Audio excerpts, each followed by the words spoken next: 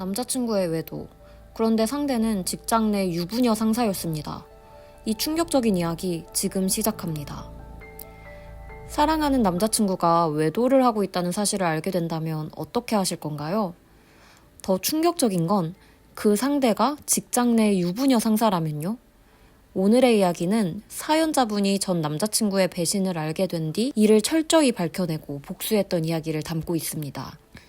끝까지 함께 하세요. 안녕하세요. 저는 28살의 평범한 회사원입니다.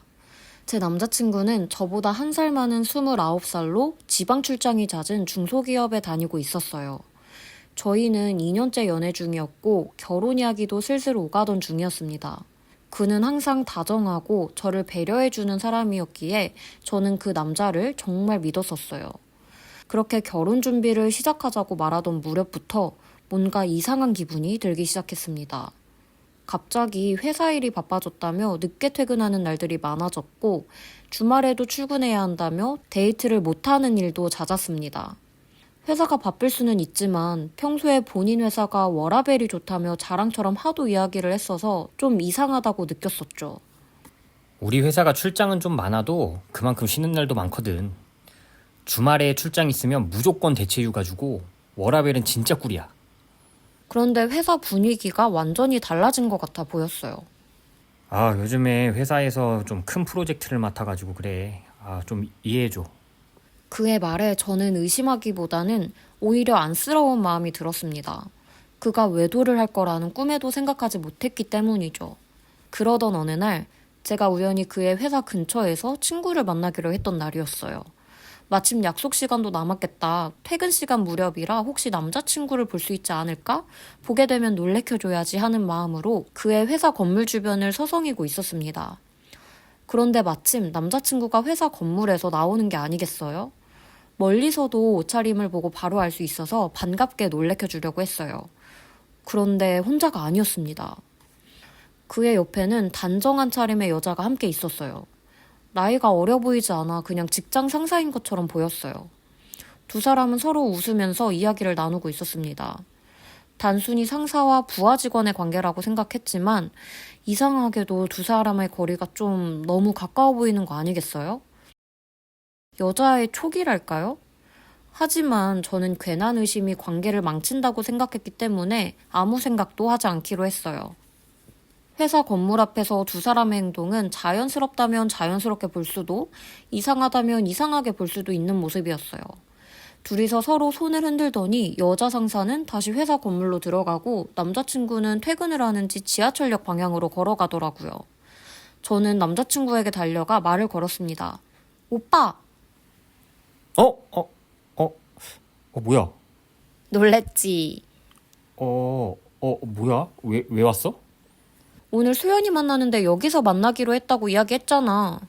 맞아. 그랬지? 근데 우리 회사 건물에 있었었어? 남자친구는 제가 갑자기 나타나서 놀란 것보다는 보여주고 싶지 않은 비밀을 들켜서 놀란 것처럼 보였어요. 제 느낌 탓인가 싶었지만 그 느낌이 맞았다는 걸 머지않아 알 수 있었죠. 그날 이후 제가 남자친구의 행동을 더 유심하게 관찰하게 되는 일들이 많아졌어요. 매일 야근을 하고 있다면서도 피곤한 기색보다는 오히려 얼굴이 밝아 보였고 데이트 중에도 핸드폰을 계속 확인하며 급한 연락을 기다리는 사람처럼 보일 때가 많았습니다. 저와 함께 있는 동안 누군가와 몰래 카톡을 주고받는 것만 같았죠. 결정적인 단서는 그의 핸드폰에서 발견했습니다. 어느 주말 카페에서 데이트하는 동안 그가 화장실에 간 사이 그의 핸드폰에 카톡이 도착했는데 보낸 사람의 이름이 팀장님이었어요. 그런데 메시지 내용이 조금 이상했습니다. 어제 저녁 거기 좋았어요. 다음에 거기로 또 가요. 내가 잘못 본 건가? 저는 심장이 내려앉는 느낌을 받았습니다. 어제 남자친구는 며칠 연속으로 야근을 해서 피곤하다며 일찍 자려고 한다면서 9시 이후로 연락이 안 됐거든요. 하지만 믿기 힘들었습니다. 그가 바람을 피우고 있고 그 상대는 심지어 회사의 팀장, 그의 상사라고요? 막장 드라마 같은 이런 일이 저에게 벌어진다는 게 거짓말 같았어요. 저는 믿고 싶지 않았습니다. 하지만 확실한 확인이 필요했어요. 저는 사실이 아니라는 증거를 찾기 위해 노력해보기로 했습니다. 카페에서 보게 된 메시지에 대해서는 그에게 일단 말하지 않았어요. 화장실에서 돌아온 그는 휴대폰을 한참 확인하지 않았어요. 언제 그 메시지에 답장을 했을지도 모르겠습니다. 그 이후 몇 주간 저는 남자친구의 동선을 파악하기 위해 애쓰며 증거를 모았습니다. 그는 주말에도 회사에서 그 팀장과 만났고 심지어 두 사람이 호텔에 갔다는 정황 증거도 찾아낼 수 있었어요. 저는 증거가 될 수 있는 건 모두 핸드폰으로 사진을 찍어두거나 두 사람이 나눈 대화 내용을 복사해서 제 메신저로 보내두었습니다. 그와 동시에 그 팀장의 배경도 조사했어요. 남친의 SNS를 뒤져서 그 여자의 SNS를 찾을 수 있었어요. 그 여자는 결혼한 유부녀였고 남편은 심지어 잘 나가는 전문직이라는 사실도 알게 되었죠. 이 사실은 제가 복수를 계획하는데 중요한 요소가 되었습니다. 그럼에도 저는 남자친구가 스스로 관계를 끝내고 돌아온다면 용서할 마음이 있었습니다. 그를 너무 사랑했기 때문이에요.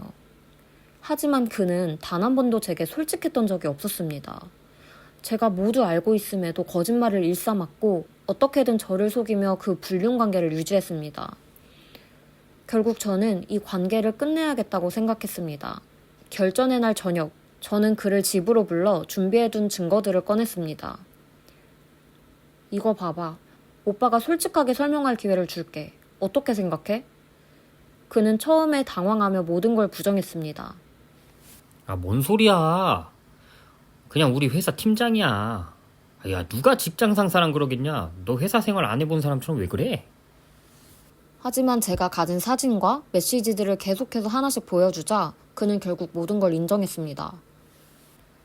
그런데 너랑 나 사이에 문제가 있었던 건 전혀 아니야. 어쩔 수가 없었어. 상하관계잖아. 내가 어떻게 거절할 수가 있겠어. 저는 그의 비겁한 태도에 더 분노가 치밀었습니다. 저를 배신했을 뿐만 아니라 유부녀인 상사와 관계를 맺으며 도덕적 선을 넘어서고도 남 탓을 하고 있었습니다. 이런 인간을 한때나마 사랑했다니 제 스스로가 싫어지더라고요. 저는 이 일을 단순히 끝낼 수 없다는 결심을 했습니다. 먼저 저는 그 팀장이라는 여자의 남편에게 이 사실을 알리기로 했습니다. 준비한 증거를 모아서 그 여자의 남편에게 익명의 메일을 보냈죠. 그리고 동시에 그 남편의 사무실에 우편으로도 이 내용들을 보냈어요. 사진과 메시지, 그리고 두 사람이 호텔에 함께 갔다는 증거까지 제가 가진 자료를 모두 첨부했습니다. 몇 주 그 팀장의 남편이 직접 그 여자의 직장으로 찾아갔다는 소식을 들었고요. 그로 인해 그 팀장은 회사가 있는 건물 전체에 소문이 퍼졌다고 합니다. 그리고 남자친구의 회사에도 이 사실을 익명으로 알렸습니다. 회사는 내부 조사 끝에 남자친구와 팀장 모두를 해고했습니다. 그 둘은 직장에서뿐만 아니라 사회적으로도 매장됐죠. 그 남자친구와 저는 모든 연락을 끊고 이별했습니다. 그는 처음에는 용서를 구하더니 저 때문에 회사에서 잘리고는 저에게 해코지를 할 것처럼 욕이 담긴 메시지를 보내더라고요. 하지만 저는 그 쪼다 같은 남자의 성격을 압니다. 비겁하고 나약한 인간이었거든요. 이 사건은 제게 큰 상처를 남겼지만 동시에 사람을 보는 눈을 다시 한번 돌아보게 하는 계기가 되었어요. 이제는 더 이상 과거에 연연하지 않고 제 스스로의 삶을 새롭게 시작해보려고 합니다. 여러분이라면 이런 상황에서 어떻게 대처하셨을까요?